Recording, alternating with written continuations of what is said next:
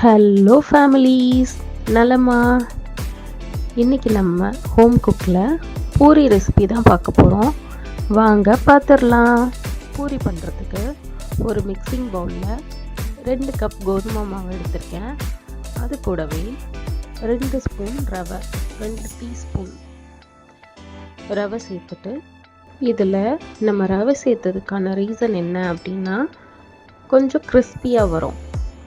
அதே மாதிரி பூரி ரொம்ப நேரத்துக்கு உப்பியே இருக்கும். 1 ஸ்பூன் சுகர், நான் ப்ரௌன் சுகர் சேர்த்துருக்கேன். அதுக்கப்புறமா உப்பு உங்கள் தேவைக்கு ஏற்ற மாதிரி சேர்த்துக்கோங்க. எண்ணெய் சேர்த்ததுக்கு ரீசன் என்ன அப்படின்னா, எண்ணெய் குடிக்காது அடுப்பில் போட்டதுக்கப்புறமா. அதே மாதிரி சுகர் எதுக்காக சேர்க்குறோம் அப்படின்னா, கலர் வரதுக்காக. இந்த டிப்ஸ்லாம் ஃபாலோ பண்ணிங்க அப்படின்னா சூப்பரான பூரி நம்மளுக்கு கிடைக்கும். கொஞ்சம் கொஞ்சமாக தண்ணி விட்டு ஒரு சப்பாத்தி மாவு பதத்துக்கு தேய்க்கணும். சப்பாத்தி மாவு ரொம்ப சாஃப்டாக தேய்க்கிறவங்க கொஞ்சம் ஹார்டாக தேய்ச்சிக்கிட்டா ரொம்ப நல்லா பூரி வரும். இப்போ நான் மாவு பிசைஞ்சு முடிச்சுட்டேன்.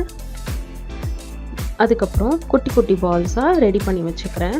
ரெடி பண்ணதுக்கப்புறமா நம்ம நல்லா தேய்ச்சி எடுத்துக்கலாம். நான் சின்ன சின்ன பூரியாக தேய்ச்சி எடுத்துக்கிறேன். உங்களுக்கு தேவையான சைஸில் நீங்கள் தேய்ச்சிக்கலாம். அதுக்கப்புறம் நல்ல ஹாட்டான ஆயிலில் தான் நம்ம ஃப்ரை பண்ணி எடுக்கணும். நல்ல ஹாட்டான ஆயிலில் நம்ம பூரியை போட்டு லைட்டாக அந்த கரண்டி வச்சு அமுத்தி விட்டோம் அப்படின்னா நல்லா ஃப்ளஃபியாக நல்லா உப்பி வரும். அதுக்கப்புறம் அடுத்த சைடு போட்டுட்டு நம்ம பூரியை வெளியில் எடுத்துடலாம். சுவையான ஃப்ளஃபியான பூரி ரெடி.